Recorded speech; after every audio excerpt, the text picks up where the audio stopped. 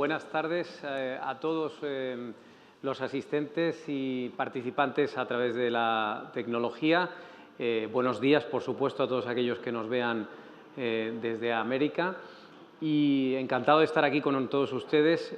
Muchas gracias, Berta, y a la Fundación Consejo España-Brasil, Perú-Colombia y a la Casa de América que nos acoge tan extraordinariamente bien como siempre. Les cuento brevemente lo que vamos a hacer. Tenemos con nosotros 4 expertos que nos van obviamente a desgranar todo, todo lo que saben y lo que nos puedan aportar sobre este futuro del trabajo, la cuarta revolución, que es el tema que nos reúne aquí a todos. Lo vamos a hacer de la manera más dinámica posible para que nadie se nos quede dormido durante el camino y, por tanto, yo lo que voy a hacer es una pequeña presentación de cada uno de ellos para que ustedes les conozcan. Después les vamos a dar la palabra brevemente, un máximo de 5 minutos a cada uno de ellos para que nos expongan inicialmente su visión del asunto y después comenzaremos un debate que lo que pretende ser es lo más dinámico posible para que podamos intercambiar opiniones sin excesiva, digamos, longitud. Y lo que sí les anticipo ya es que, por supuesto, van a tener la posibilidad todos los participantes de intervenir y de hacernos llegar sus preguntas, tanto por la vía telemática, yo iré introduciendo aquí algunas de las preguntas que nos vayan llegando, como si alguno de los presentes también aquí en la Casa América pues quiere hacer también personalmente alguna pregunta, también será posible. Tendremos en principio hasta las 6:30 de la tarde, así que sin más les paso a contar quiénes son los expertos que nos acompañan. Aquí conmigo a mi izquierda está Karina López. Ella es responsable del think tank Digital Future Society del Mobile World Capital. Ella es responsable de este think tank que explora los desafíos y oportunidades que surgen del diseño, uso y cogobernanza de las tecnologías digitales, además de ofrecer recomendaciones prácticas sobre el futuro del trabajo, brechas digitales, gobernanza de datos y, por supuesto, tecnología y emergencia climática.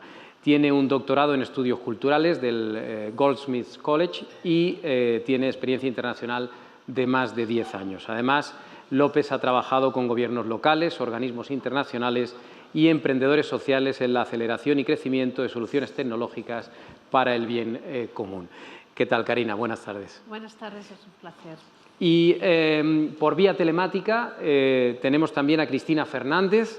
Cristina es investigadora senior de EFE Desarrollo, es economista de la Universidad de los Andes con un máster en esta universidad y otro en la New York University. Ha trabajado como economista país del sur de Asia, en países como India, Bangladesh, Sri Lanka, Bután, Nepal, Maldivas, con la IFC, Honduras con el Banco Interamericano de Desarrollo y Colombia y Brasil con la CAF.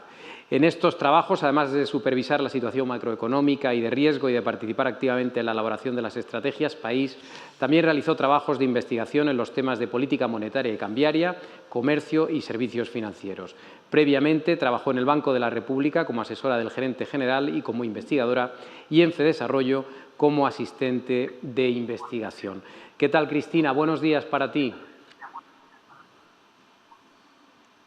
Bueno, parece que la comunicación en este momento con Cristina no es posible. Vamos a presentarles al tercero de nuestros expertos mientras recuperamos esa comunicación. El tercero es Alfonso Accinelli, es director general de Innovación, Tecnología, Digitalización y Formalización del Ministerio de Educación de Perú. Es magíster en Planificación Educativa, Economía y Desarrollo Internacional, graduado con distinción en el Instituto de Educación del University College of London, ingeniero civil por la Pontificia Universidad Católica de Perú y profesor por la Universidad Peruana Cayetano Heredia. Con experiencia profesional en el sector público en temas de innovación, educación y gestión, se desempeña como director general de Innovación, Tecnología, Digitalización y Formalización, como les decía, en el Ministerio de Educación del Perú y además ha sido director de Innovación Tecnológica en el mismo ministerio, ¿no? No sé si está Alfonso Accinelli con nosotros. Alfonso, buenos días. poco. Ahí está, muy bien, perfecto, gracias Alfonso. Y finalmente el cuarto experto es Marcelo Pío, él es experto en desarrollo industrial en el SENAI, es el Servicio Nacional de Aprendizaje Industrial de Brasil, uno de los 5 mayores complejos de educación profesional del mundo y el mayor de América Latina. Tiene un doctorado en Tecnología de Procesos Químicos y Bioquímicos por la Universidad Federal de Río de Janeiro y sus principales áreas de especialización son el desarrollo de estudios de prospectiva tecnológica, organizacional y del mercado laboral, además de la creación de escenarios prospectivos en los temas de educación, tecnología e innovación y salud. No sé si está Marcelo con nosotros. Marcelo, buenos días. Buenos días a todos y todas y buenas tardes a nuestros compañeros de España y de Europa. Un gusto. Pues muchas gracias. Y ya sin más, ya que tenemos a todos los invitados en conexión, le cedo la palabra a Karina López para que empiece a contarnos brevemente una primera visión del tema que nos reúne aquí a todos, el futuro del trabajo, la cuarta revolución. Cuando quieras. Muchas gracias. Bueno, primero que todo, agradecer la invitación. Es un placer estar aquí con todos vosotros. Ha sido un placer escuchar nuestros embajadores, presidentes, presentando un poco su visión de los grandes retos del futuro trabajo industrial. Y creo que estoy sin micro, está funcionando de nuevo. Y bueno, creo que es muy importante, pero al final cuando hablamos de este futuro del trabajo estamos hablando de un presente que empieza, pero no creemos ilusiones. Lo futuro presenta muchos retos, mismo que ese futuro esté ya aquí con nosotros. Y el punto más importante son las personas, sean trabajadores de empresa privada, sean nuestros ciudadanos, pero tenemos que asegurarnos que este futuro del trabajo es un futuro de sociedad que no deja nadie atrás. Y desde esta perspectiva trabajamos desde el Digital Future Society. Como puntos principales tenemos que pensar que esta cuarta revolución industrial está muy marcada pelo auge de la Internet, los avances de inteligencia artificial, el crecimiento de la economía de datos y que en paralelo ha habido una liberalización en las últimas décadas de los mercados de trabajo y esto ha llevado a más subcontratación, fragmentación laboral y nuevos modelos de trabajo, ¿no? El teletrabajo es uno de ellos, pero hay otros modelos y tenemos las plataformas de trabajo digital que son un buen ejemplo de eso. Y hoy hablamos de cuarta revolución industrial, podríamos hablar de economía de datos, economía de plataformas, ¿no? Como queremos hablar, sea como queremos hablar de ello. Y esta revolución habla de nuevos modelos de negocio, nuevas instituciones y nuevos modelos de trabajo y nuevos tiempos y lugares de trabajo. Y el año de la pandemia lo has puesto de una manera muy cruda, ¿no? Que de repente, bueno, como el presidente de la fundación y de la empresa Mafre comentaba, de repente tenías en menos de una semana 30.000 trabajadores trabajando desde casa cuando te le planteabas un plan de varios años, con varios pilotos en diferentes países, a ver cuál sería el modelo. Y con esto todo, ¿qué quiero decir? Que el futuro del trabajo es también un futuro algorítmico, quiere decir, la tecnología tendrá un papel importante y esta interacción entre humana y tecnología y empresa y espacio de trabajo es muy importante cómo lo vamos a plantear. ¿Por qué? Porque ahora mismo tenemos un modelo laboral que está siendo muy influido por la economía de datos, por la economía de plataformas de trabajo, que fragmenta ese trabajo, que da muchas oportunidades a las empresas para ser más ágiles, pero que al mismo tiempo está externalizando riesgos y precarización hacia los trabajadores. Y eso que nos genera. Y también porque estas plataformas y la economía de plataformas crean mucha presión en los modelos de negocio y de explotación y de ganancias a la empresa privada y a los sectores donde van entrando y donde van acelerando esa transformación digital. Entonces, será un ejercicio de sociedad global. Yo creo que es un reto muy importante para todos en cualquier parte del mundo y exigirá también un planteamiento de qué es este futuro de trabajo, qué es el trabajo decente desde una gobernanza global, porque hablamos muchas veces de que la regulación nacional no llega porque tenemos trabajadores en remoto, tenemos trabajadores, bueno, un ejemplo muy conocido, Amazon Turk, que es una plataforma de microtrabajo que tiene 250.000 trabajadores por el mundo, ¿no? Que pocos sabemos quién son y dónde están, pero también están en España. Y termino con un último punto, que es pensar que tenemos el reto de formación, y hoy se ha mencionado mucho el reto de formación de las habilidades digitales, y que es un gran reto para Europa, pero cualquier parte del mundo. Y en España tenemos una grande parte de la población que solamente tiene los conocimientos básicos para trabajar y sacar provecho de estas herramientas digitales. Pasa el mismo en el resto de los países europeos, pero también tenemos que pensar que estamos hablando de brechas digitales, que no es solo las habilidades, pero es también que no todos podremos hacer trabajo en remoto, no todos podremos sacar beneficio de este tipo de trabajo. ¿Y qué sociedad vamos a construir para que no creemos dos tipos de ciudadanos, ¿no? El ciudadano de primera y de segunda, el ciudadano que tiene trabajo estable y bien pago, un trabajo decente, el ciudadano que tiene de ir sobreviviendo entre ayuda de Estado y un trabajo muy precarizado? Y bueno, dejo aquí y doy espacio a mis compañeros de mesa. Muy bien, pues muchas gracias, Karina, por tu brevedad y atenerte a estos minutos iniciales. Nos vamos ahora a Colombia, a ver si tenemos ya a Cristina Fernández con nosotros. Cristina, buenos días. Buenos días, ahora ya tengo el micrófono. Ahora ya sí, pues venga, la palabra es toda tuya, adelante. Bueno, primero que todo, me siento muy halagada de estar en este escenario con estos compañeros de mesa tan sobresalientes. Y me siento muy complacida porque en realidad en FEDesarrollo hemos trabajado largamente el tema del impacto de la cuarta revolución industrial sobre el mercado de trabajo. Y en especial en 3 líneas, en la automatización, que como todos ustedes saben es el reemplazo de trabajadores por procesos digitales, en la economía gig, en las plataformas digitales, y en lo que llama Richard Baldwin la telemigración, que es el trabajar desde la casa cuando la casa está en otro país. Son 3 líneas de trabajo distintos. En la automatización acabamos de sacar un capítulo sobre el futuro del trabajo, el futuro de la educación. Ahora estamos haciendo parte de un consorcio con 10 centros de investigación en Europa, que también no solamente analizan la automatización en Europa, sino en el resto del mundo. Hay un centro de investigación también en China, un centro de investigación en Sudáfrica y nosotros estamos haciendo la parte de Latinoamérica. En economía, yo creo que hemos hecho uno de los estudios más detallados que hay. Hemos hecho unas encuestas, tenemos 9.000 encuestas a, digamos, los colaboradores de las plataformas digitales, la mitad hechas antes de la pandemia, la mitad hechas después de la pandemia, pero además no solamente nos concentramos en los colaboradores, sino que hemos visto las otras, digamos, patas de las plataformas digitales, como son los usuarios. Tenemos más de 25.000 encuestas a usuarios y unas 250 encuestas a negocios aliados. Entonces, con eso creo que hemos armado ya una visión muy clara de la economía gig y, pues, en particular en el caso de Colombia, lo estamos haciendo también para el caso de Perú. Entonces, yo creo que tenemos una pintura muy, muy clara de la economía gig. Y por último tenemos el tema de la telemigración, que con Richard Baldwin acabamos de sacar un tema, un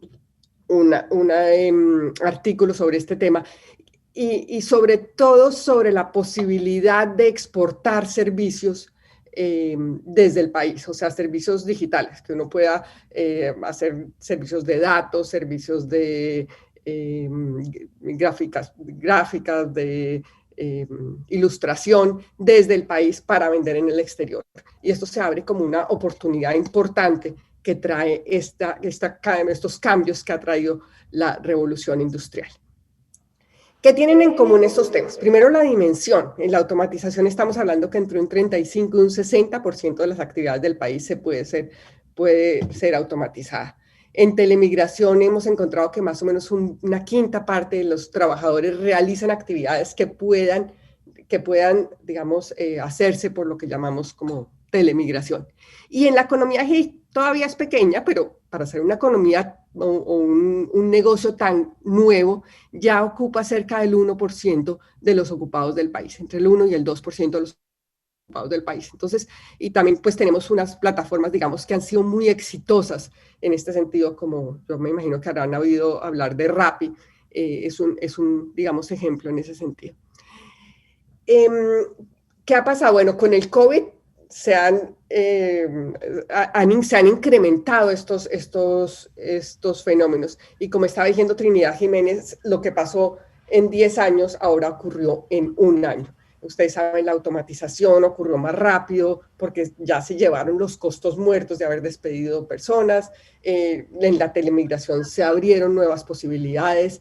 Los trabajadores de domicilio se duplicaron durante este periodo. Pero lo que es muy importante tener en cuenta es que es importante digamos, considerar las diferencias entre lo que pasa en los países en desarrollo y lo que pasa en los países en desarrollo. Era híbrido. ¿Por qué? Porque hay diferencias muy grandes, por ejemplo, en las ocupaciones que realizan las personas. Un gerente hace cosas muy distintas en un país desarrollado, en un país subdesarrollado. Los precios relativos son muy distintos. Nosotros veíamos que, digamos, los costos de las actividades que se pueden hacer por telemigración son 1/10 en Colombia de lo que cuestan en Estados Unidos, pero sobre todo por las dinámicas que crean en el mercado. Un ejemplo de esto son las plataformas digitales. Mientras que en los países desarrollados, las plataformas digitales, digamos, absorben personas asalariadas. En los países en desarrollo y en particular en Colombia, absorben personas que están desempleadas o que están en la informalidad. Entonces, al contrario, pueden ser un canal de formalización si, digamos, si logramos avanzar en la legislación para estas plataformas. Más o menos en las encuestas que hemos realizado, en este momento, un 40% de los colaboradores dicen que la única opción que tienen es trabajar en las plataformas digitales. Entonces, también es importante ver eso. Durante la pandemia, estas plataformas han servido como un colchón, como el seguro de desempleo que no existe en estos países. Y es importante tener esto en cuenta. ¿Qué hacer entre estos fenómenos? Pues lo más importante es no darle la espalda a la tecnología, sino más bien buscar oportunidades en estos avances tecnológicos. Una reacción muy clara es: esta tecnología nos va a crear unas disrupciones muy grandes en el mercado laboral, entonces mejor no dejemos que venga la tecnología. Pero, por ejemplo, un artículo reciente que acaban de hacer Kugler y Kugler encuentra que con la automatización en Estados Unidos se han perdido entre 65.000 y 100.000 empleos en Colombia. Es decir, si nosotros no hacemos la automatización, otros países la hacen por nosotros y se apropian de los beneficios que puede tener este proceso. Entonces es muy importante no darle la espalda a la tecnología. Y tampoco pretender volver a la estructura que teníamos antes. Como digo, como estos cambios se produjeron durante el COVID, existe la tendencia a pensar, bueno, mejor volvamos a lo que estaba antes porque estos son unos cambios de corto plazo. Pero lo que hizo el COVID fue acelerar unas tendencias que llegaron para quedarse. Entonces yo creo que mal haríamos en decir, no, castiguemos a los sectores que les ha ido bien durante el COVID, pongámosles impuestos, que es una tendencia muy clara, por lo menos en Colombia, y para que, digamos, apoyen a los sectores que les ha ido mal en la pandemia. Pero si esto es una tendencia de largo plazo, hay que tratarla de manera diferente. Y más bien hay que, de nuevo, buscar oportunidades. ¿Y cómo se buscan esas oportunidades? Pues para eso tenemos que hacer algunas reformas en los países. Las reformas en el mercado laboral son muy importantes. La flexibilización del mercado laboral, el permitir el trabajo por horas, que en muchos de estos países de América Latina no está permitido. Digamos, mejorar el régimen de seguridad social de los trabajadores independientes. Eso también es una reforma urgente.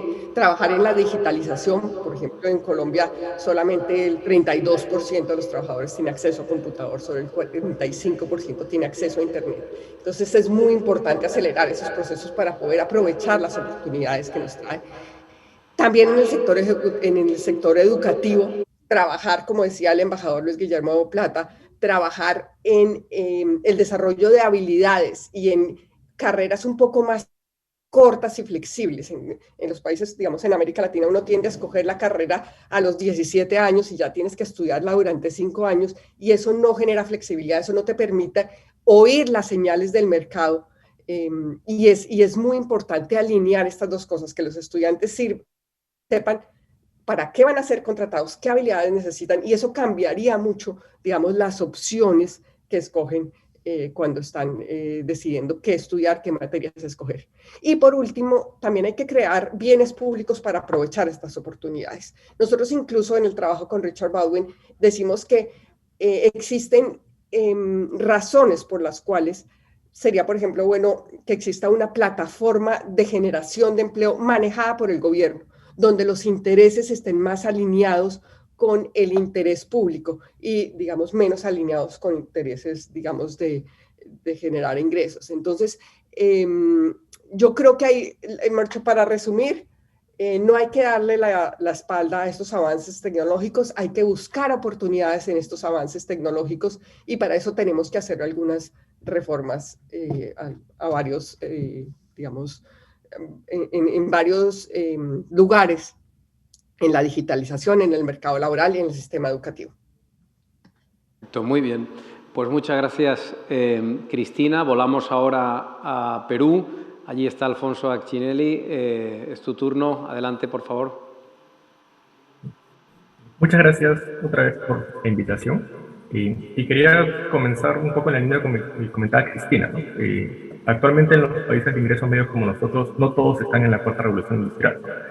Conviven diferentes revoluciones con diferentes tipos de empleo en cada caso, ¿no? Y eso nos lleva a pensar un poco en cuál es el capital humano que tenemos, ¿no? Con el Programa para la Evaluación Internacional de las Competencias de Adultos, el PIAC, que se realizó a países de la OCDE, incluido el Perú, se pudo ver algunas de estas brechas importantes en cuanto a lo que son tecnologías de información, ¿no? Por ejemplo, en nuestro caso, las capacidades de tecnologías de información de las personas entre 24 y 34 años es similar al promedio de la OCDE para personas entre 55 a 65 años, ¿no? Entonces ya se ayuda a visibilizar una brecha bastante grande en cuanto a habilidades que tenemos a nivel de capital humano, donde menos del 20% usa las TICs en el trabajo y menos del 30% lo usa en su vida diaria, ¿no? Esto sumado a otras brechas de comprensión lectora y competencias numéricas bajas, finalmente representan un gran desafío respecto a cómo poder potenciar nuestro capital humano. Las buenas noticias es que para desarrollar las habilidades hay que usarlas, ¿no? Y la pandemia no solamente ha ayudado a evidenciar las brechas que existen dentro de regiones, de países y de mismas ciudades entre unos grupos y otros, sino también que el uso ayuda a desarrollar las habilidades y la educación se correlaciona muy positivamente con el desarrollo de estas habilidades, ¿no? Ahora, como la mayoría de la población económicamente activa ya está trabajando, es donde volteamos a ver a los empleadores, a las empresas y ver de qué forma a través de ellos podemos desarrollar estas habilidades, podemos potenciarlas para que puedan incorporarse en la cuarta revolución industrial, ¿no? Y ahí es donde nos topamos con la informalidad, ¿no? En nuestro caso, aproximadamente 8 de cada 10 empleos son informales, ¿no? Y a la vez, el 95% de las empresas son micro y pequeñas empresas, ¿no? Entonces, tienes por un lado altos niveles de informalidad y empresas muy pequeñas con baja productividad, donde 2/3 no tienen registros de cuentas, y donde alrededor de 2/3 también de los trabajadores son familiares no remunerados a través de vínculos familiares y no empleados. Y a la vez tenemos estas presiones externas que, como ya he mencionado, donde alrededor del 30% del empleo tiene altas probabilidades de automatización y casi el 70% tiene significantes probabilidades de automatización. Entonces tenemos, por un lado, este bajo capital humano, empleos mayoritariamente informales y en micro y pequeñas empresas y presiones externas e internas que mueven hacia la automatización que podría sustituir a muchos de estos trabajos, ¿no? Entonces allí es donde el Estado tiene un rol preponderante para poder acortar estas brechas justamente a través de las micro y pequeñas empresas, ¿no? Porque son aquellas que emplean a la mayoría de la población, son aquellas que tienen mayores oportunidades de incrementar su productividad y son aquellas en las cuales el impacto en el capital humano va a ser todavía mayor justamente por las brechas que representan, ¿no? Y frente a ello tenemos algunos desafíos, ¿no? Que es por un lado la falta de conocimiento de la oferta apropiada para las pequeñas y microempresas, ¿no? Todavía, e incluso a pesar de la pandemia, hay la percepción de que estas nuevas tecnologías son más para corporaciones y empresas grandes, que requieren grandes inversiones, o que requieren competencias técnicas sofisticadas, ¿no? Poco a poco se está superando esta barrera y ya los empresarios no ignoran tanto la oferta pensando que no es para ellos, ¿no? Pero ahí es donde desde el Estado se puede tener, en colaboración con el sector privado, orientaciones y asesorías y sensibilización sobre temas de tecnología para que las empresas puedan enterarse primero de qué existe y en segundo lugar poder acceder a estas ofertas y que pueda esto impactar de forma positiva en su rentabilidad al momento de adoptar las tecnologías, ¿no?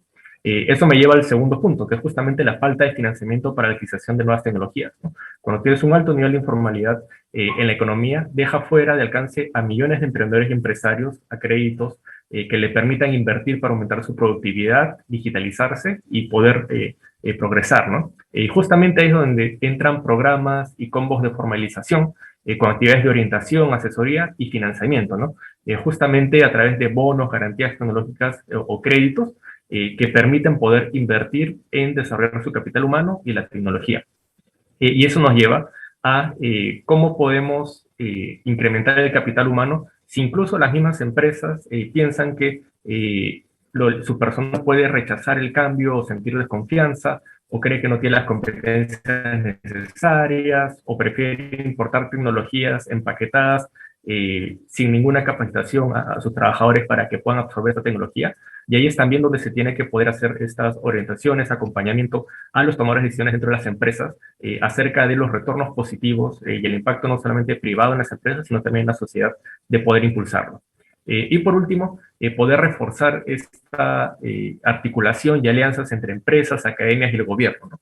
Finalmente, este es un desafío global que cada país, cada ciudad enfrenta y se necesita el trabajo articulado de los diferentes entidades que puedan impulsarlo de forma que se pueda llegar a soluciones y oportunidades que aprovechen los desafíos que se tienen por delante en la cuarta revolución industrial. Así que, resumiendo, con capital humano limitado y una empresariado todavía altamente informal y de baja productividad, el Estado cobra un rol mucho más preponderante para poder impulsar estos procesos de digitalización en camino de la cuarta revolución industrial, de la mano de empresas y academias en un trabajo articulado. Muchísimas gracias. Pues muchísimas gracias, Alfonso. Nos vamos ahora a Brasil, donde está Marcelo Pío. Marcelo, adelante. Muchas gracias. Una vez más, agradezco a todos los organizadores por la invitación para hablar y discutir un tema fundamental, que es los cambios en el mercado laboral debido a, no lo sé si es exactamente una revolución industrial o una revolución, pero de hecho una fuerte evolución del mercado laboral, de las tecnologías, de los niveles de productividad de las empresas en general. Pero me gustaría traerles una mirada sobre este proceso de evolución de la revolución o de las tecnologías 4.0, que son siempre o más asociadas a automatización, digitalización, pero también el desarrollo de la nanotecnología, biotecnología. Creo que este proceso de cambio va a darse muy fuertemente de acuerdo con cada país, cada región y de acuerdo con los procesos de difusión. Y es un tema que se discute poco, o tal vez muy poco, que es que las empresas necesitan o cuáles son las trabas principales para la adquisición y utilización de las nuevas tecnologías que, por consiguiente, van a impactar perfiles profesionales y toda la actuación de los trabajadores. Entonces, el proceso de difusión, hemos visto acá en Brasil que la difusión de las tecnologías 4.0, de las tecnologías involucradas en esta evolución, va a ser de forma muy, muy lenta. No va a ser una difusión muy rápida, aunque, claro, el COVID ha acelerado muchos de los procesos, pero aún así hemos visto que no es un proceso que va a tener una intensidad muy fuerte en los próximos 5 años, porque hay muchas trabas para el proceso de adquisición y utilización de las nuevas tecnologías por las empresas y claro, una necesidad de una formación básica de enseñanza muy fuerte, porque en algunos casos de algunos sectores productivos de Brasil estamos en un ciclo vicioso. Como no hay mano de obra calificada, las empresas tienen dificultad de adquirir y utilizar nuevas tecnologías y se mantienen en un nivel tecnológico y organizacional más, vamos, entre comillas, tradicional, más básico. Entonces, la difusión es un punto que en este proceso que ya ha empezado, necesitamos monitorear cómo el proceso de difusión tecnológica está ocurriendo en los países, en las regiones, cuáles son las principales razones para que las empresas tengan dificultades o no puedan adquirir la tecnología, mano de obra, pero también las ventajas relativas. Muchas de las empresas en Brasil no conocen muy bien la importancia, los impactos de las nuevas tecnologías. Nos falta muchas informaciones sobre las nuevas tecnologías. Entonces, la cuestión de la difusión es algo muy importante, es algo que empresas, instituciones de formación profesional y todas las instituciones involucradas o asociadas al mercado laboral necesitan monitorear de hecho. Otro punto que me gustaría traer para discusión son esos impactos en los perfiles profesionales. Entonces, acá en Brasil, y más específicamente en Senai, tenemos una gran preocupación con los cambios en los perfiles profesionales, debido, claro, a la difusión de esas nuevas tecnologías y desarrollo de tecnologías. Y que hemos visto acá es que un crecimiento de las habilidades blandas y la importancia, el crecimiento de la importancia de las habilidades blandas en relación a las habilidades técnicas. Hoy podríamos decir que la formación, hay una tendencia en la formación profesional, más específicamente, de una formación en T, donde la base es la técnica y claro, hay un otro componente del T, que es las habilidades transversales o habilidades más blandas. La importancia hoy es la misma casi. Y claro, para finalizar, pongo de manifiesto la importancia del uso de las herramientas y de las metodologías de prospectiva para monitorear y para adelantar los cambios en el mercado laboral. Solamente con la aplicación de herramientas de prospectiva, donde se puede identificar de forma más proactiva y adelantada esos cambios, se consigue disminuir los grados de incertidumbre sobre qué va a cambiar en los mercados laborales y con qué intensidad los cambios pueden ocurrir. Gracias. Muy bien, muchas gracias, Marcelo. Una vez que hemos escuchado a los cuatro expertos, ahora llega el turno de abrir el debate. La idea es que sea lo más dinámico posible, es decir, que puedan interrumpirse unos a otros e ir tomando la palabra sin ningún turno muy específico, muy tasado. Lo único que les pido es que sean lo más breves posibles para que podamos hablar de cuantos más temas mejor. También animo a todos los que nos están siguiendo telemáticamente para que nos lleguen a hacer desde ya sus preguntas y yo las iré introduciendo a lo largo de los próximos minutos, y si hay alguien aquí en la sala que también quiera hacer alguna pregunta, con levantar la mano le haremos llegar el micrófono. Para comenzar este debate me gustaría plantear, yo creo que la cuestión fundamental de la sesión de hoy se titula El futuro del trabajo. Estamos en plena revolución digital, lo está cambiando todo.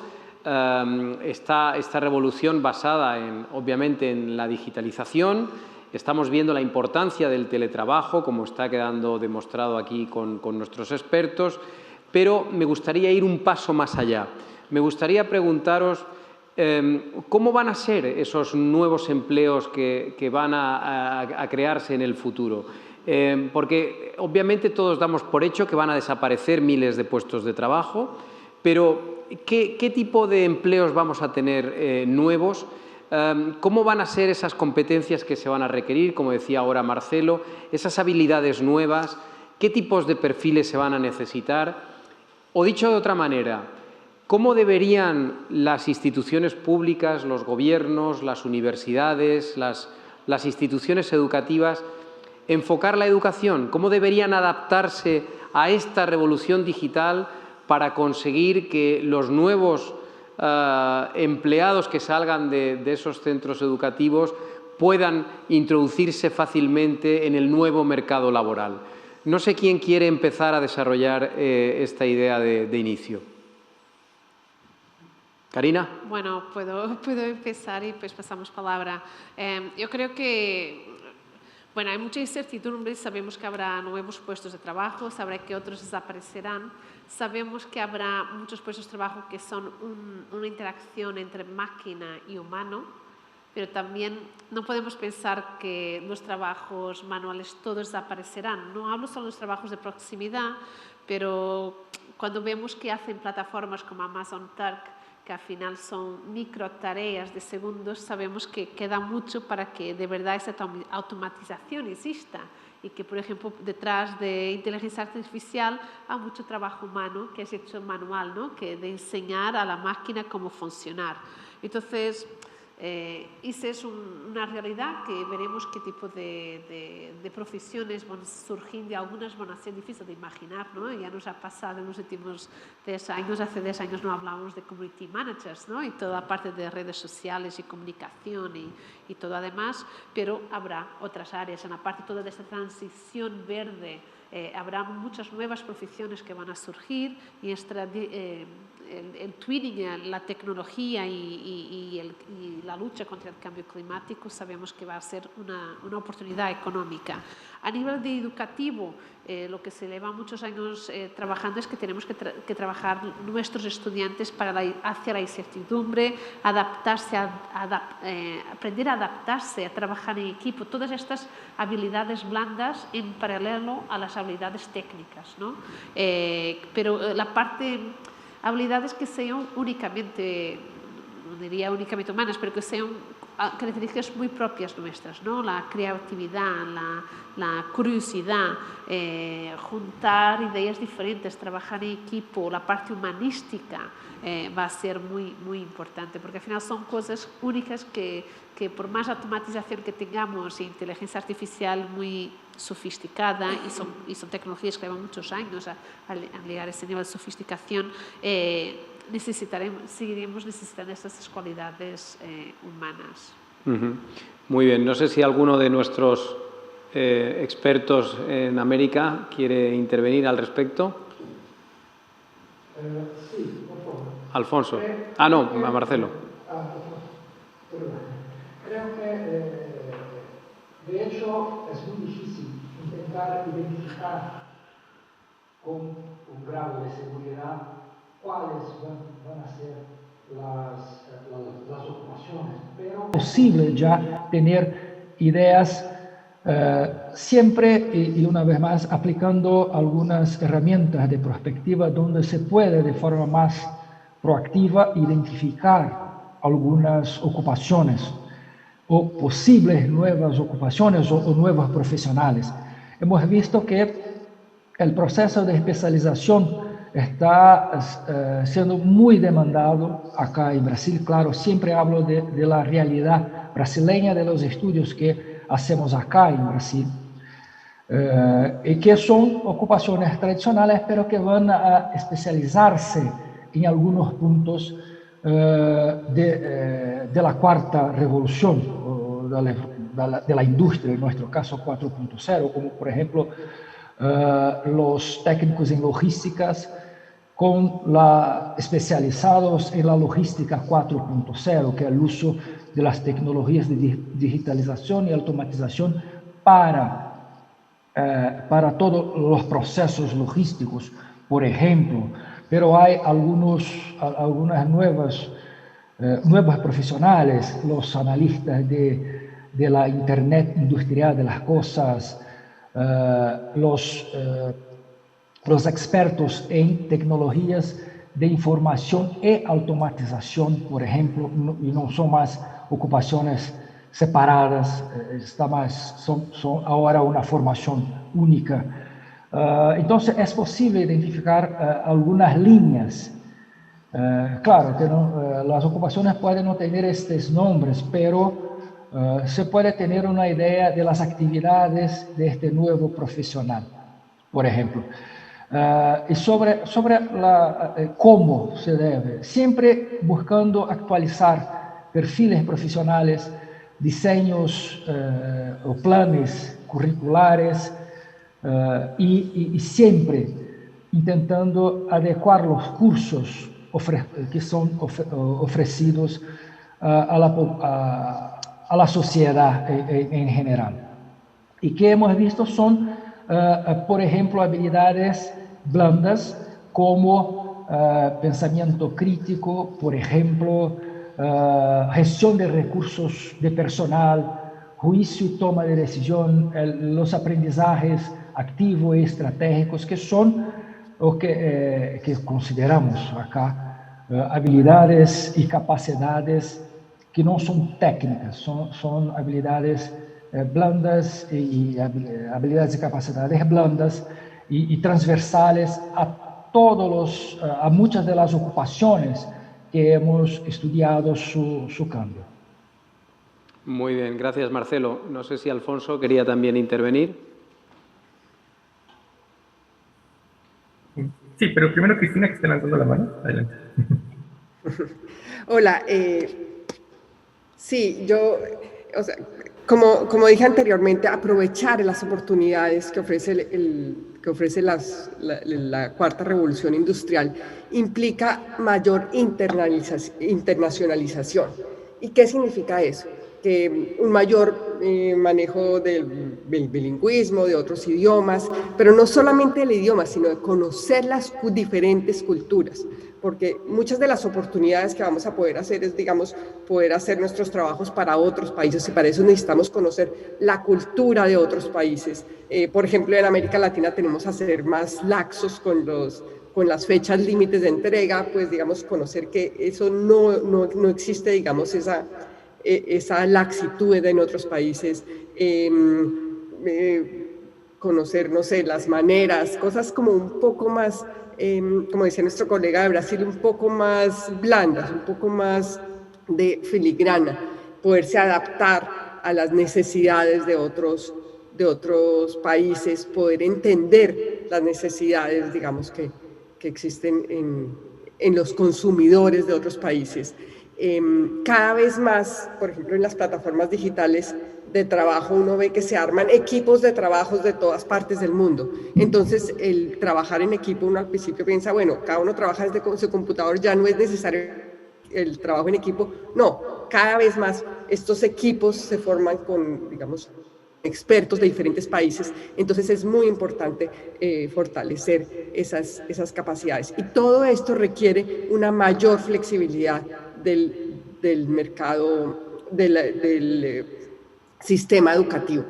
Es muy importante, digamos, cambiar en ese sentido, digamos, la manera como se está enseñando. Para cursos cortos, certificaciones son muy importantes, porque ya no va a haber menos credibilidad en lo que uno ha hecho en el pasado. Entonces, que haya certificaciones es muy importante. Una cosa que, digamos, por la que nosotros hemos peleado bastante es que, digamos, cuando uno obtenga certificaciones en un trabajo que realiza, por ejemplo, a través de las plataformas digitales, esas certificaciones tengan portabilidad, sean en realidad de uno, se las pueda llevar a otra parte y decir, mire, yo he hecho estos trabajos y he obtenido digamos, calificación de 5 en todo, lo que sea. Yo creo que es muy importante también realizar cambios en la legislación que permitan que permitan, digamos, reconocer la experiencia y la educación que se ha obtenido en pasados trabajos. Muchas gracias, Cristina. Vamos, Alfonso. Muchas gracias. Ahí solo para reforzar lo que ya se mencionó, de que efectivamente el nivel de incertidumbre respecto a cuál va a ser el futuro del trabajo cada vez aumenta más, las brechas entre las necesidades de las empresas y lo que sale de los sistemas educativos también se ha venido acrecentando. Entonces, probablemente los países que vayan a poder actualizar de forma más pertinente sus sistemas educativos, que sabemos que son en general bastante tradicionales, incluso durante la pandemia han tenido bastantes dificultades de adaptación, y teniendo un sindicato y una población grande de docentes, de administrativos y otros, también los cambios que se pueden dar en el sistema educativo son lentos, ¿no? Entonces, aquellas sociedades que puedan actualizar sus sistemas educativos, no solamente en lo que es educación básica y superior, sino sobre todo en el aprendizaje a lo largo de la vida, ¿no? Conforme ha ido avanzando las revoluciones, ya no antes bastaba con solamente educación escolar, luego necesitabas universitaria, luego maestría, luego doctorado, cada vez va creciendo más las demandas conforme se hace más competitivo el mercado y las necesidades son más específicas, ¿no? Entonces, no es solamente actualizar el sistema educativo, sino también repensarlo, ¿no? De qué forma efectivamente podemos asegurar este aprendizaje a lo largo de la vida de todos los ciudadanos y que responda de forma pertinente y oportuna a las necesidades que pueden haber del mercado con estos grados altos de incertidumbre, ¿no? Y no solamente pensando muchas veces en el mercado local, sino como también han mencionado de forma bastante clara en otros países, ¿no? La facilidad de internacionalización ha crecido exponencialmente y del teletrabajo, así hayan 12 horas de diferencia, también se hace bastante posible en la mayoría de países, ¿no? Entonces ahora uno tiene la oportunidad de poder ser realmente un ciudadano global desde el punto de vista laboral. Siguiendo con esta intervención de Alfonso desde Perú, varios de ustedes se han referido al comienzo de sus intervenciones a la famosa brecha digital. Karina la planteaba al comienzo, Cristina nos contaba las oportunidades que esta revolución digital podía tener para los países más retrasados. Me gustaría plantearles también ese tema, es decir, ¿hasta qué punto esta revolución digital supone un riesgo de que esa brecha digital acabe ampliándose? ¿O, por el contrario, creen ustedes que es más una oportunidad esta revolución digital para que ciertos países que están en vías de desarrollo terminen por hacer catch up y bueno, acercarse a los que están más desarrollados? No sé quién quiere tocar ahora el tema. Karina. Bueno, perdón, se puedo empezar. Nosotros llevamos algún tiempo trabajando en tema de las brechas digitales. Hemos hecho análisis de los medidores, de las métricas que se usan a nivel global para medir estas mismas brechas. Y bueno, el primer punto a hacer es que brechas digitales encontramos en cualquier territorio. Es decir, mismo en una ciudad como Barcelona, que 98% de su población tiene acceso a Internet, encontramos otro tipo de brechas que van a ver que se estarán relacionadas con ese acceso se hace, qué uso se hace de las tecnologías digitales. Es decir, el primer punto siempre es generar acceso, que sea fácil, accesible económicamente, pero también de dispositivo. Y claro que en muchos países ese es el primer punto a trabajar. Pero después, una vez que esa conexión exista, hay muchos otros puntos a cumplir para que la población pueda sacar rédito, beneficios de la cuarta revolución industrial y de los beneficios de la Internet. Sí que hemos visto cuando trabajamos, por ejemplo, en temas de plataformas de trabajo digital, que la relación de las plataformas con el ecosistema laboral local sí que es diferente en los países, por ejemplo, europeos y en algunos países tanto de América Latina como, por ejemplo, del sureste de Asia. Nosotros terminamos de hacer un informe con un trabajo de investigación con India que nos da resultados parecidos que se comentaba Cristina, ¿no? Que es una oportunidad para que personas que no tienen acceso al mercado laboral tradicional, que están en situaciones de desempleo, puedan acceder acceder al mercado laboral global, también porque los ingresos son competitivos con el mercado tradicional global, ¿no? Y con los países desarrollados.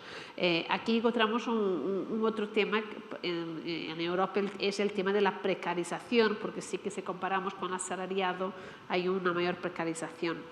Y, por ejemplo, el trabajo que hemos hecho en India, volviendo al tema de brecha digital, sí que hemos encontrado, porque hemos hecho un trabajo de campo, de entrevistas con muchos trabajadores que trabajan en el sector de los cuidados y de belleza, y cuando las entrevistábamos sí que hay un proceso de mejora de capacitación digital para poder trabajar a través de estas plataformas. El mismo hemos encontrado con las trabajadoras en España en el sector de los cuidados y sectores del hogar. ¿Por qué? Porque si quieres empezar a usar estas aplicaciones, crear tu perfil online, al final tienes que aprender a manipular el dispositivo móvil de una manera distinta de lo que hacías y empiezas a comprender un poco cómo funciona, de qué va esto de buscar trabajo por internet, ¿no? Entonces sí que hay una oportunidad ahí, pero el reto es muy complejo y las brechas digitales no es solo el acceso, pero hay otros ámbitos y las encontramos en cualquier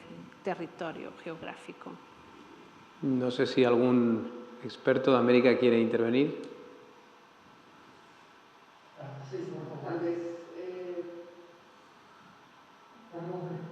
Adelante, adelante. Bueno, sí, yo quería decir que estoy totalmente de acuerdo con estos comentarios. En Colombia ya los servicios digitales se declararon bien de primera necesidad. Eso es un paso muy importante. Y de nuevo, no solamente se necesita tener acceso a Internet, sino tener un buen acceso a Internet. Nosotros hemos hecho muchas entrevistas, pues, por ejemplo, a los freelancers que están siendo exitosos vendiendo sus servicios, y ellos dicen que ni siquiera encuentran un proveedor, ni siquiera pagando a la mejor tarifa, encuentran un proveedor que les den los suficientes datos, por ejemplo, para subir los entregables de los trabajos que también se hacen a través de Workana o de Upwork o estas plataformas. Entonces, pues yo creo que es muy, muy importante avanzar en ese punto. Pero también que estos avances han agilizado la adquisición de tecnología.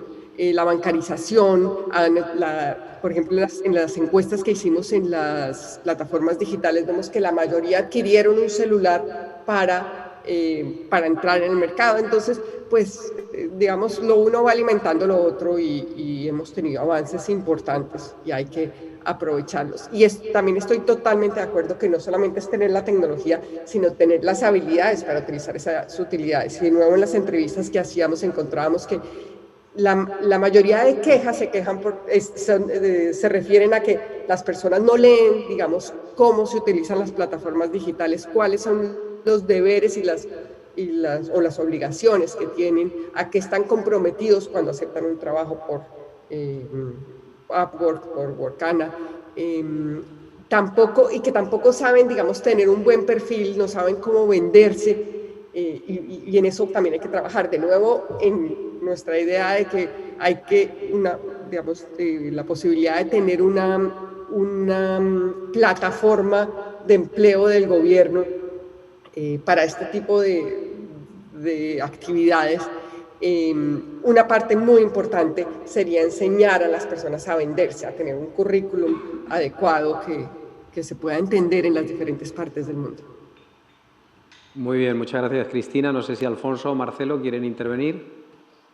Sí, permítame solamente complementar la cuestión de las brechas digitales, que también ocurre de forma muy intensa en los flujos productivos. Entonces, el crecimiento, aunque sea de forma lenta, pero el crecimiento del uso de sistemas digitales en la producción también está creando brechas considerables en los trabajadores de la industria en general, y al punto que hoy una de las dos habilidades que son muy, muy demandadas por las empresas son es lo que llamamos de fluencia digital, que es exactamente la necesidad de que se sepa manusear plataformas y otros tipos de sitios digitales, y también la programación, que es una habilidad, aunque sea más básica para determinadas ocupaciones, también es una habilidad técnica que las empresas de Brasil, más específicamente las industriales, están ya demandando hace algún tiempo. Porque, y claro, las brechas acá son más intensificadas porque la enseñanza básica no está siguiendo esta evolución digital en las empresas de una forma más general. Sí, no sé si... Gracias. Muchas gracias, Marcelo. ¿Alfonso? Sí, ahí solamente para complementar de forma muy breve, creo que lo que sucede en la pandemia es un claro ejemplo de lo que va a seguir sucediendo acelerándose, ¿no? Las oportunidades están para quien pueda aprovecharlas, ¿no? Y finalmente hemos visto que tanto empresas como personas con altos niveles de digitalización y habilidades han podido no solo mantenerse o crecer económicamente durante la pandemia, mientras que las que no, más bien han visto rezagados sus ingresos, pérdida de empleo u otros, ¿no? Entonces, allí las oportunidades que puede traer y que está trayendo consigo la cuarta revolución, es donde los gobiernos tienen un rol muy importante a poder ayudar a nivelar para poder competir y aprovechar estas oportunidades, ¿no? En tanto se mantenga la brecha de acceso a Internet, a dispositivos digitales, la brecha en competencias digitales por parte de los ciudadanos, ya sea durante la etapa de educación básica, superior o durante el trabajo. Hay una necesidad que cada vez se hace más urgente desde el rol de los gobiernos de poder ayudar a cerrar estas brechas y poder hacer que todos puedan acceder a las oportunidades que trae consigo la cuarta revolución industrial. Muy bien. Me gustaría introducir otro tema del que también nos han hablado, y es el riesgo de que se incremente la precariedad laboral con los nuevos trabajos, con las nuevas formas de trabajo, ¿no? No sé si los que nos están siguiendo saben que incluso el propio Gobierno español se ha visto obligado a regular, a legislar, ayer mismo lo hizo, la profesión de rider, ¿no? de repartidor, que se ha puesto muy de moda, sobre todo durante los meses de pandemia, en los que, claro, hemos estado todos confinados y continuamente recibiendo en casa no solo comida, paquetes y cualquier tipo de mercancías, ¿no? ¿De verdad existe este riesgo? Es decir, ¿corremos el riesgo de que los trabajos del futuro sean más precarios que los de hoy? ¿Qué podríamos hacer para evitarlo? No sé quién se anima. Si quieren, me puedo animar yo. Adelante, Cristina. Bueno, sí, como dije, nosotros hemos trabajado y sobre todo en el tema de las plataformas digitales, como se llaman, de sitio, de los servicios de mensajería, de domicilios, de socioconductores. Hemos hecho un trabajo muy extenso y de todas maneras es importante, digamos, señalar las diferencias que existen entre países. Es diferente, digamos, lo que ocurre en países desarrollados cuando, de nuevo, la mayoría de los trabajadores vienen del sector asalariados, entonces puede haber una precarización, que en otros países, digamos como Colombia, donde la mayoría de esos trabajadores o no tenían ninguna opción laboral o eran totalmente informales. Entonces, de nuevo, esto puede ser incluso, digamos, si se maneja bien, una mejora en las condiciones laborales. Digo que si se maneja bien, porque de todas maneras, y eso lo hemos visto en los últimos meses, ha sido tal la afluencia de trabajadores a estos sectores que las condiciones laborales se han reducido significativamente. Entonces eso también hay que controlar. ¿Qué hacer? Entonces uno podía pensar, bueno, hagamos Generalmente lo que recomienda la literatura es no hacer nada y más bien adaptar los sistemas laborales actuales, digamos, hacia la flexibilidad. Pero eso, digamos, no es fácil y las condiciones políticas no siempre son las mejores en todos los países. Entonces, pues yo creo que puede pensar en hacer una legislación especial para estos trabajadores. Como digo, no es el primer óptimo, pero digamos se puede hacer como acabas de contar que lo acaba de hacer España. Y esa legislación especial, pues digamos, si se va a hacer una legislación especial, es importante que vaya en la dirección en que deben hacerse los cambios al mercado laboral.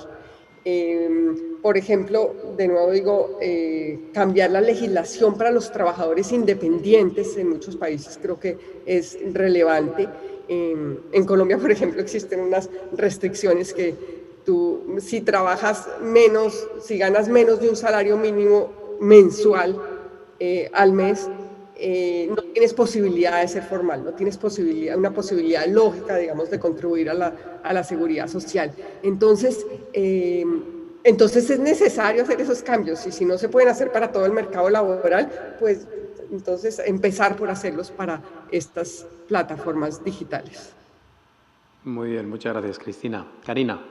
Sí, yo creo que aquí es muy interesante lo que va pasando, el fenómeno, ¿no? En países, que está pasando en el mundo norte global, ¿no? Europa, Norteamérica y después lo que pasa en el resto del mundo, porque es un poco lo que vemos es lo que Cristina comentaba, ¿no? Que al final estas plataformas muchas veces sirven cuando entran principalmente en sectores que eran completamente informalizados, hay una oportunidad, se ven gestionados de formalizar hasta para que los gobiernos comprendan qué pasa de verdad en estos sectores. Nosotros, bueno, por ejemplo, el trabajo que hemos hecho en India, en el sector de la belleza, que es un sector tradicionalmente muy informal, claro, estas plataformas ayudan a formalizar la actividad que está pasando en ese ámbito. Pero yo quería, bueno, traer un poco el foco de atención a España, porque nosotros en otoño lanzamos un informe sobre este tema, en que mi equipo analizó qué datos existían en España y qué se sabía sobre la economía de plataformas en España.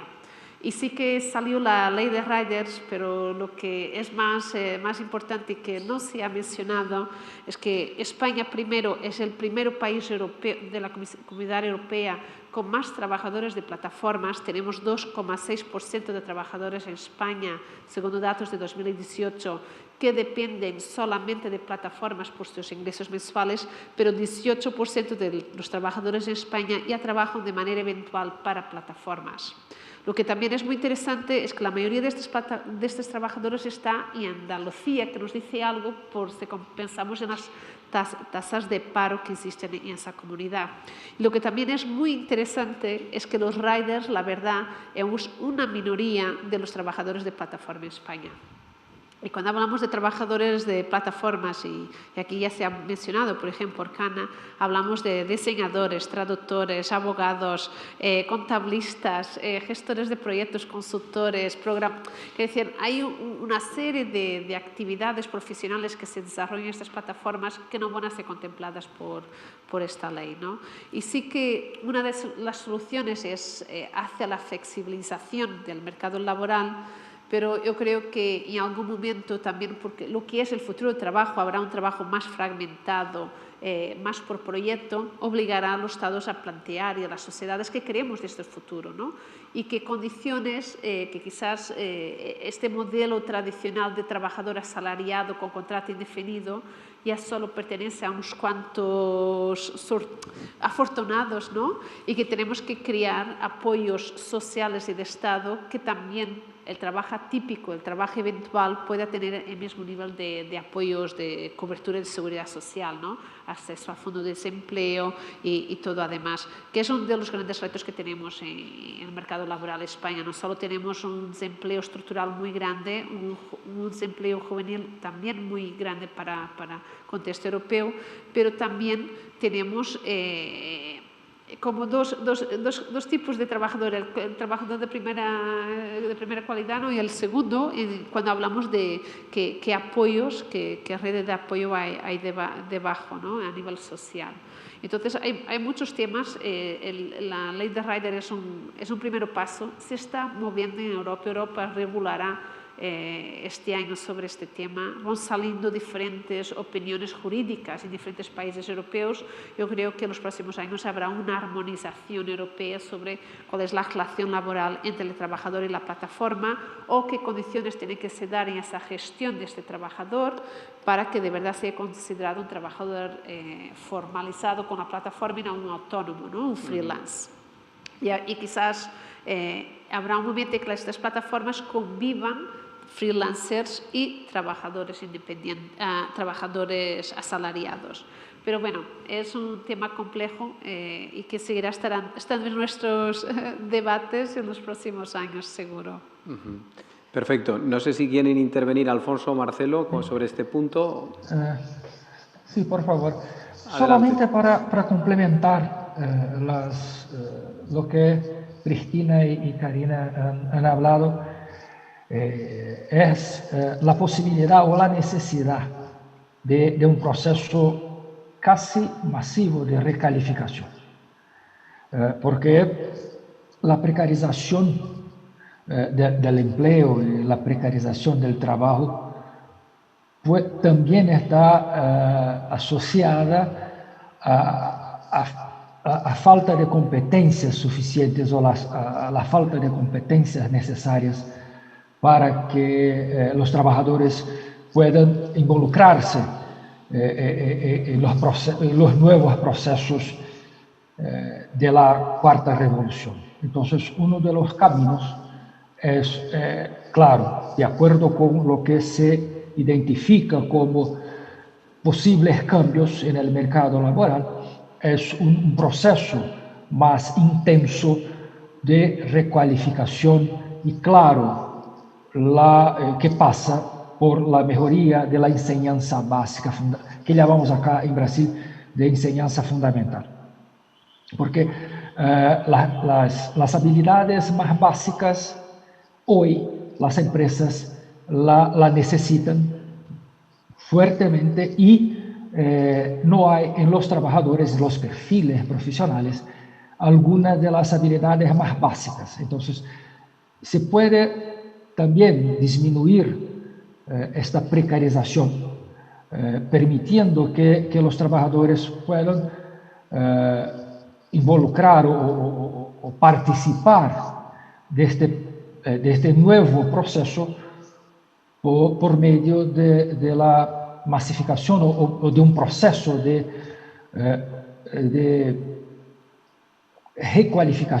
calificación y recalificación más intensa. Respecto a esto, es curioso, Marcelo, porque en nuestro chat hay un interesante debate de algunos participantes. De hecho, Íñigo de Palacio, de Indra, apuntaba que las empresas ahora están demandando perfiles específicos que no están encontrando en el mercado, perfiles de nuevas habilidades y, sobre todo, perfiles con una formación de grado medio en sectores más relacionados con los servicios o la industria, y sin embargo se quejaba nuestro participante de que todavía los organismos públicos, las instituciones, los gobiernos están privilegiando demasiado la formación superior que él tilda de que está sobrevalorada, en vez de fomentar pues eso, otro tipo de formación más de grado medio, ¿verdad? Y en otro tipo de sectores, ¿no? Creo que Marcelo iba por esa línea, ¿no? Exactamente, y ocurre acá en Brasil también. Y en nuestro caso también es un proceso cultural de sobrevalorar las familias brasileñas, sobrevalorar la formación superior y también las inversiones en la formación superior acá en Brasil son muy elevadas si uno compara con las inversiones en los niveles más técnicos y en los niveles más operativos. Y completamente de acuerdo. Lo que las empresas indican y ponen de manifiesto es la necesidad de que se tenga niveles técnicos y niveles operacionales, pero con perfiles de acuerdo con sus necesidades, de acuerdo con este proceso de evolución tecnológica y organizacional, que claro, es distinto para cada región. Pero de hecho este fenómeno ocurre acá en Brasil y nosotros de SENAI intentamos cambiar esta percepción de que lo más importante es los cursos de grado superior, porque se necesitan y principalmente de las ocupaciones de niveles de enseñanza media o niveles técnicos, o que llamamos acá de niveles técnicos, y los niveles de cualificación o niveles más operativos. Muchas gracias, Marcelo. Alfonso. Sí, allí solamente reforzar que conforme se dan estas innovaciones en el campo digital, la regulación siempre está detrás. Finalmente, primero aparece esta nueva innovación, esta nueva forma de trabajar, de colaborar, esta plataforma, y después es que desde los gobiernos se ve que esto es un cambio positivo en la productividad, negativo en el trabajo, positivo en el trabajo, negativo en la productividad. Entonces, una serie de factores que hay que tomar en cuenta, y creo que allí no solamente es la flexibilidad desde la parte formativa, sino también de la parte regulatoria para poder atenderlo. Porque lo que no se quiere finalmente es un vacío, donde más bien regulatorio, donde pueden haber más bien mayores oportunidades de abuso o explotación u otros, tanto no está definido, ¿no? Pero a la vez ser consciente de que también frente a estas innovaciones lo que se requiere es tal vez, dependiendo de algún sandbox regulatorio, o mayor flexibilidad en cuanto a la velocidad con la que pueden irse actualizando las regulaciones, de forma que se siga promoviendo la innovación y a la vez se siga promoviendo el empleo, el trabajo y la productividad que puede traer consigo sin precarizar el trabajo, ¿no? Y eso en específico poderlo ver sector por sector, ¿no? Porque puede que haya innovaciones que en algún sector en determinado efectivamente precarizan el trabajo, pero en otro no. Entonces también hay que ser bastante específico en el nivel de análisis que se puede tener para seguir promoviendo las innovaciones y el trabajo y la productividad que trae consigo, sin dejar de lado las condiciones básicas que se requieren tanto para las empresas como para los trabajadores. Muy bien, pues no sé si Karina quería decir algo más. No, bueno, la pregunta España esa es la realidad, ¿no? Tenemos el mercado laboral, las necesidades de las empresas son perfiles muy técnicos de formación media, pero tenemos mucha presión hacia la superior, pero también invito a los asistentes que estén en España que miren qué oportunidades hay de cursos de formación media y verán por qué no hay tantos jóvenes que siguen esos cursos. Creo que falta repensar cómo es la formación profesional, adaptar estos grados muchos a las necesidades corrientes, ¿no? Tenemos que ser un poco más rápidos, adaptarnos a las necesidades del mercado y que no vayamos siempre 5 años o 8 detrás de las necesidades reales de las empresas. Pero perfiles tecnológicos, hay mucha necesidad en el mercado para perfiles de grado medio, pero la formación profesional que existe aún es muy limitada. Hay mucho espacio para innovar y para adaptar y para ofrecer cosas más alicientes, ¿no? a los jóvenes. Muy bien. Estamos ya fuera de tiempo. No sé si alguno de nuestros expertos quiere rematar con alguna intervención respecto a esto que comentaba Karina. ¿No? Bueno, pues entonces lo que vamos a hacer es dar por concluida esta sesión de expertos.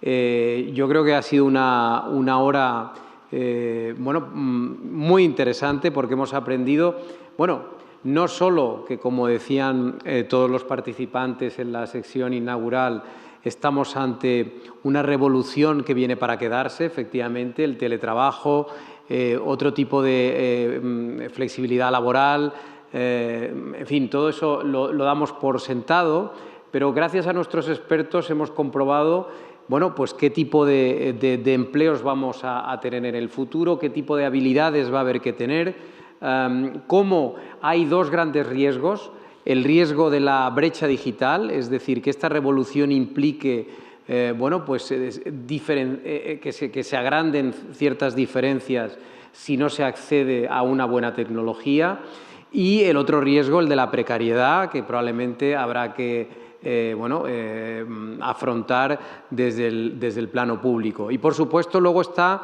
el enorme reto de la educación, de cómo debe adaptarse, como decía ahora Karina, a las nuevas condiciones del mercado, a lo que demandan las empresas, pero probablemente mucho más rápido de lo que estábamos haciendo hasta ahora.